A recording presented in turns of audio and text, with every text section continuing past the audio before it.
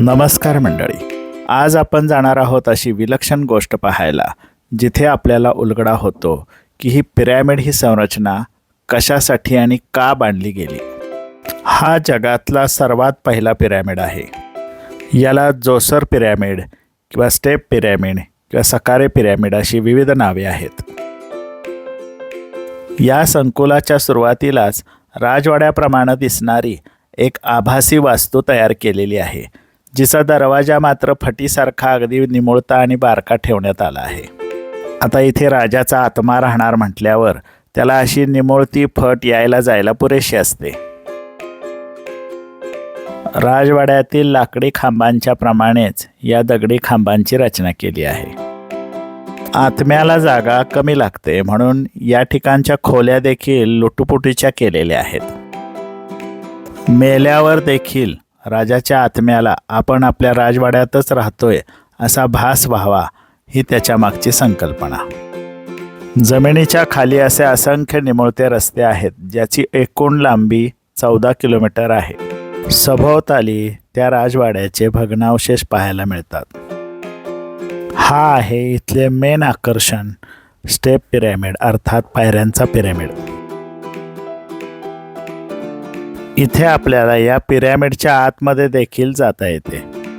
या झोसर राजाच्या समाधी मंदिरामध्ये बोगद्यांचा भूलभुलैया आहे। यामध्ये अनेक खोल्या असून त्याच्या भिंतींवर मृत्यूनंतरचा अनंत काळाचा प्रवास दाखवण्यात आला आहे। या मुख्य कक्षामध्ये झोसर राजाचे पार्थिव शरीर ठेवण्यात आले होते।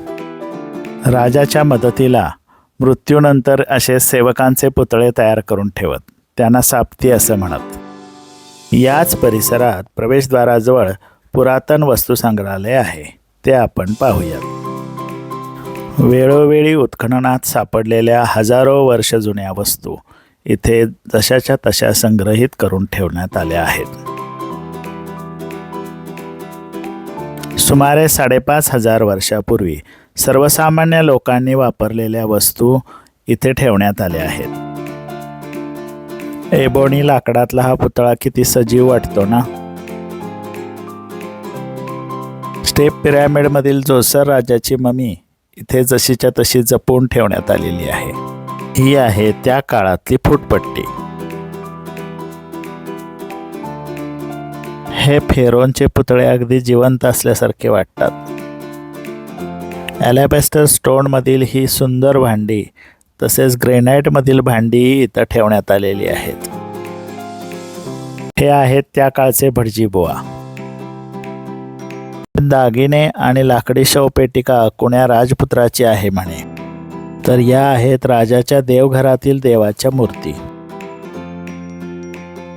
तिथल्याच एका सिनेमा हॉलमध्ये आम्हाला एक चित्रफित दाखवण्यात आली, इतिहासाची माहिती सांगणारी।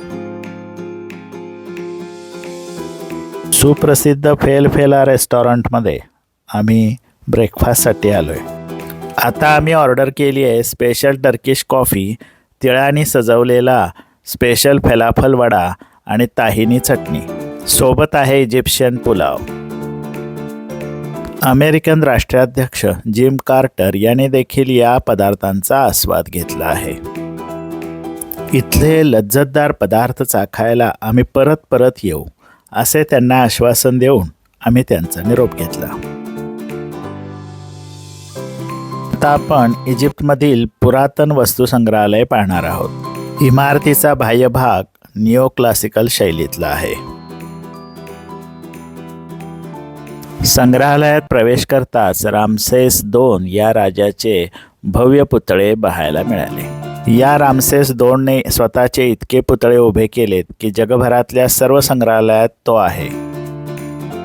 इजिप्तमधील प्रत्येक राजा तसाही स्वतःला देवच समजत असे। हा आहे मेन कावरे राजा हॅथर आणि स्थानिक नामदेवतेसह। हे शिल्प खोदून तयार करणे तसे सोपे, परंतु शिल्पाकृती शिल्लक ठेवून बाकीचा दगड खोदून काढणे हे तसे टेक्निकली खूप अवघड आहे। सकारे राजाचा चेहरा असलेला हा स्फिंक्स तसा सुस्थितीतच आहे। इथल्या प्रत्येक राजाच्या मुकुटावर नागफणी रेखाटली आहे। झोपताना मानेखाली घ्यायचे हे स्टँड हे त्या काळात उशीसारखे वापरत. 5000 वर्षापूर्वीच्या या चपला किती फॅशनेबल वाटतात ना.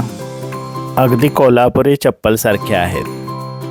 5000 वर्षापूर्वीची बुद्धिबळ खेळतानाची चित्रे तसेच त्याच्या पट, सोंगट्या आणि दान देखील इथं ठेवलेले आहे. या सोंगट्या ठेवण्यासाठी हा बॉक्स देखील देण्यात आला आहे. पुरातन काळातील राणीचे हे मेकअप करण्याचे साहित्य तसेच केश रचना करण्याचे साहित्य आणि वेगवेगळ्या प्रकारचे आरसे इथे ठेवण्यात आलेत. या लहान मोठ्या झांज, टाळ तसेच देवापुढील घंटा आपल्या देवघराची आठवण करून देतात. हातापायाच्या बोटांना घालायची सोन्याची टोपणे तसेच सोन्याची चप्पल इथं ठेवलेली आहे. सुंदर नक्षीकाम असलेल्या अंगठ्यांचे विविध प्रकार, चेन तसेच सोन्या चांदीचे इतर सर्व दागिने इथे ठेवलेले आहेत. इजिप्तमध्ये अलेक्झांडरने आक्रमण केल्यावर रोमन साम्राज्यातील काही पुतळे इथे ठेवलेले आहेत. कितीतरी प्राचीन अशा अद्भुत वस्तूंनी हे संग्रहालय खचाखच भरलेले आहे. असे असंख्य सांस्कृतिक पुरावे आणि ऐतिहासिक वारसा लाभलेला हा जगातील एकमेव आणि अद्वितीय देश आहे. आता आपण खान खलीली मार्केटच्या प्रवेशद्वाराजवळ आलेलो आहोत. कैरोमध्ये सर्वत्र आपल्याला मिनार असलेल्या इमारती दिसतात, म्हणून याला सिटी ऑफ मिनार असे म्हणतात. लोकांच्या गर्दीने सदैव सर्वकाळ हे मार्केट फुललेले असते. आश्चर्याची गोष्ट म्हणजे इथे रोट्या अशा रस्त्यावर विकल्या जातात. आता आपण कलाऊन कॉम्प्लेक्समध्ये जात आहोत.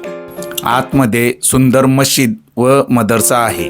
हे टर्किश स्टाईलने बांधलेलं आहे कारण आर्किटेक्चर तुर्कस्तानचा होता. कलात्मक इजिप्शियन वस्तूंचे सोविनियर शॉप पाहून मन अगदी थक्क होते. रस्त्यावर ठिकठिकाणी असे पितळी वस्तूंवर कलाकृती करणारे कलाकार दिसतात. संध्याकाळी 5:30 वाजताच अंधारून आले. आता इथली स्पेशल मिठाई टेस्ट करायला आलोय. बदाम पिस्त्याने सजवलेले हे डेझर्ट खूपच टेस्टी आहे. कैरोमधल्या या स्पेशल दुकानातून उमाली नावाची मिठाई टेस्ट करायला अजिबात विसरू नका.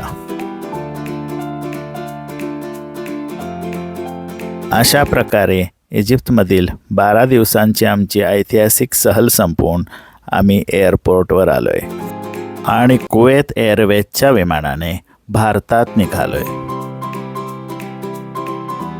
प्रवासात आम्हाला विमानाच्या खिडकीतून सुएझ कॅनॉल बघायला मिळाला.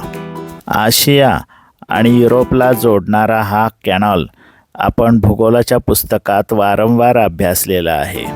त्यामुळे तो प्रत्यक्ष पाहणे ही खूप मौजेची गोष्ट होती. तर मित्रांनो, आता आपण पुन्हा भेटूया अशाच एका नवीन देशाच्या सहलीत. तोपर्यंत बाय बाय.